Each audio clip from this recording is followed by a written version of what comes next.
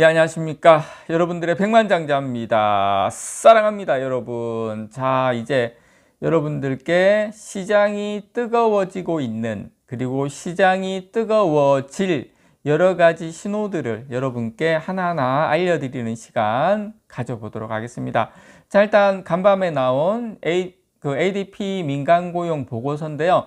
자, 지난달보다 이전 보시면 지난달보다 3만 건 넘게 보시면 6월 5일 날 나온 보고서에 보면 줄어드는 것을 볼 수 있죠. 고용이 지금 악화되고 있는 게 보여지고 있다. 자, 고용이 악화되면 지금 가장 골머리를 앓고 있는, 금리는 내리고 싶은데 골머리를 앓고 있는 소비 여력이 줄어들겠죠. 고용이 줄어들면. 자, 그래서 고용이 줄어드는 신호가 확실하게 나왔다. 자, 요거 상당히 긍정적이다. 장자님, 이렇게 되면 소비도 약해지고, 이렇게 되면 이게 전반적으로 좀 그런 거 아닙니까? 그런데 여러분, 지금 미국은 소비가 조금 약해지고, 하는 게 오히려 지금 미국 경제에는 오히려 지금 단계에서는 그게 더 훨씬 유리하다. 그러나 보시면, 자, 요 아시아 경제에서 나온 내용을 보시면 중국의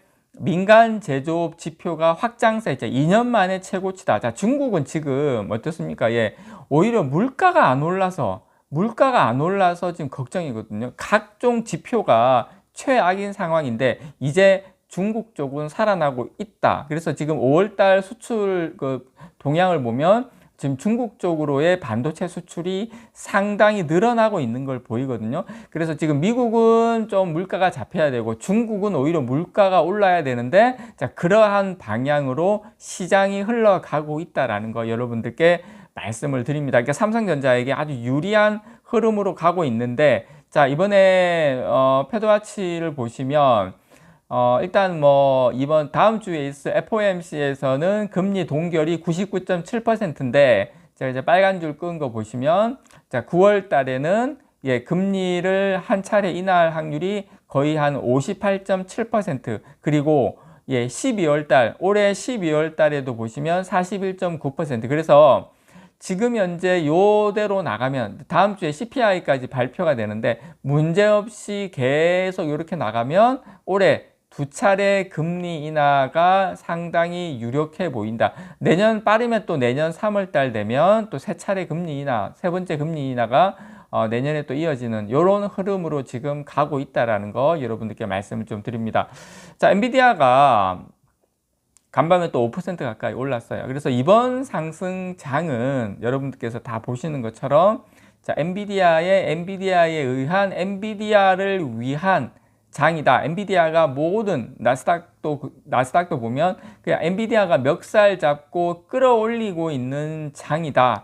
그러니까 애플을 제쳤죠. 애플을 이번에 제쳤는데, 그래서 근데 여러분 요거 한번 보시면, 자, 애플이 지난 2010년대는 사실은 애플이 장악한 그 2023년까지죠. 작년까지만 해도 사실 애플이 아니고서는 이야기를 할 수 없는, 그래서 애플이 거의 최고였는데 중간에 아람코 같은 경우에는 석유 회사니까 아람코하고 조금 있었지만 전반적으로 쭉 이렇게 왔었다라는 거. 애플이 지금 이제 끝나진 않았죠. 끝나진 않았는데 이 세상이 이렇게 반도체의 세상으로 바뀌고 있다라는 거 제가 여러분께 요걸 좀 보여드리고 싶었어요. 자, 그리고 반도체로 바뀌고 있다라는 거 가장 월스트리트 저널에서 보시면, 자, 요 그래프 뉴스 그대로 제가 원문 그대로 가지고 왔습니다. 제목을 딱 보시면 2030년까지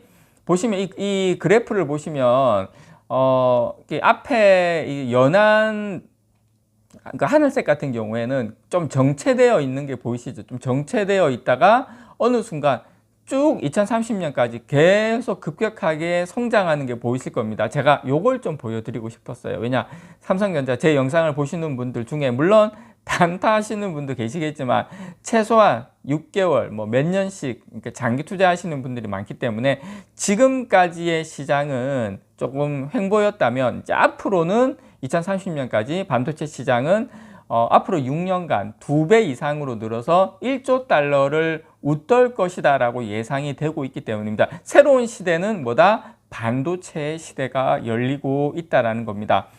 세계 반도체 산업 매출이 2030년에는 1조 2천억 달러, 우리나라 돈으로 한 1600조 가까이 됩니다. 이 정도로 확대될 것이라고 지금 반도체 산업 컨설팅 업체 인터내셔널 비즈니스 스트래티지즈 여기에서 지금 전망을 했는데 요걸 이제 월스트리트저널에서 인용 보도를 한 내용입니다. 그래서 지금 현재 반도체 매출이 올해 한 5천억 달러가 넘을 것으로 지금 예상을 하고 있습니다. 전망치는 좀 달라요. 좀 다른데 이게 지금 반도체 매출이 2029년에 사상 처음으로 지금 1조 달러, 그러니까 지금의 거의 2배 가까이 성장을 하는 거죠. 언제 5년 후에 2030년에는 거의 6년 동안 2배 이상으로 늘어날 것으로 전망을 하고 있다라는 겁니다. 그래서 반도체 시장은 지난 2018년부터 지금까지 5천억 달러 선에서 계속 정체가 됐거든요. 거의 한 5년, 6년 동안 정체가 됐는데 이제 본격적으로 새로운 시장이 열린다. 자, 이게 머니투데이에서 나온 이야기인데 AI 순풍의 돛단 반도체 올해 840조 찍는다. 자, 이렇게 보시면 자, 글로벌 반도체 시장 규모가 2023년, 2024년, 2025년 제가 방금 말씀드린 것처럼 2018년부터 지금까지 올해까지 거의 5천억 달러 선에서 정체가 되어 있는데 이제 올해 그리고 내년으로 넘어가면서 6천억 달러, 이제 7천억 달러 가까이 증가하는 그 시발점에 와 있다 이겁니다. 여러분 욕한 거 아닙니다. 그래서 글로벌 반도체 시장이 이제 AI를 업고 뒤에는 무슨 바람이 불고 있냐면 아직 바람이 불고 있지는 않은데 이제 자율주행까지 그게 이제 나중에는 좀 바람이 또 불어주겠죠. 그게 같이 쌍두마차로 되면서 올해, 내년, 내후년 계속 더욱 강력한 성장세를 보일 가능성이 상당히 높다라는 겁니다. 그렇게 되면 자, 삼성전자 메모리 반도체 1위 삼성전자는 당연히 수익이 기하급수적으로 늘어날 수밖에 없겠죠. 자, 세계 반도체 시장 통계 기구 WSTS가 지금 2024년 봄 현재 반도체 시장 전망치를 내고 올해 전 세계 반도체 시장이 작년보다 16% 성장한 6,110억 달러, 그냥 840조 됩니다. 요 정도로 전망을 했고요.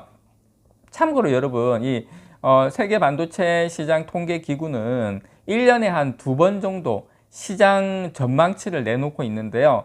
6개월 전인 작년 같은 경우 작년 11월 말에 발표한 5,884억 달러보다 지금 226억 달러, 한 3.8% 상향 조정된 거예요. 그래서 거의 이제 5천억 달러 정도를 항상 예상을 했었는데 최근 한 5, 6년 동안 거기서 왔다 갔다 했는데 이제 올해 6천억 달러를 이제 돌파할 것으로 예상이 되고 내년에는 올해보다 12.5% 성장한 6,870억 달러. 그래서 제가 방금 보여드린 월스트리트저널의 내용 인용을 하면 이렇게 성장하는 게 내년으로 끝나는 게 아니라 언제까지 2030년까지 계속 성장을 해서 1조 달러, 1조 2천억 달러까지 넘어간다는 이야기입니다. 그래서 근데 중요한 건 특히 메모리 반도체가 이 전체 반도체 시장 업황 반등을 견인할 것이다 라고 WSTS가 전망을 했고요.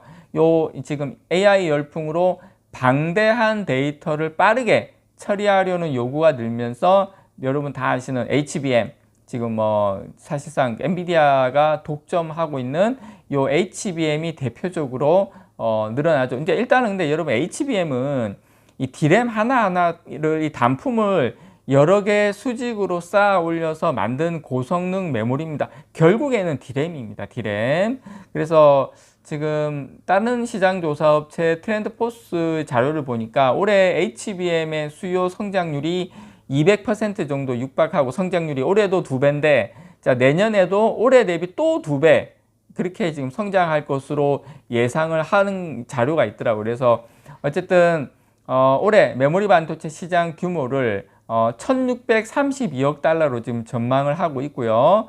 작년 대비 몇 퍼센트 성장이냐면 메모리가 76.8%의 급격한 성장을 기록할 것이다 라고 예상을 했습니다. 근데 올해가 1632억 달러인데 메모리가 내년에는 2043억 달러. 그래서 전체 반도체 시장의 3분의 1가량을 차지한다. 그래서 메모리 반도체가 이번 반도체 성장에 상당히 중요한 핵심이 된다라는 걸 여러분들께 말씀을 드립니다. 이상 여러분들의 백만장자였습니다. 사랑합니다, 여러분.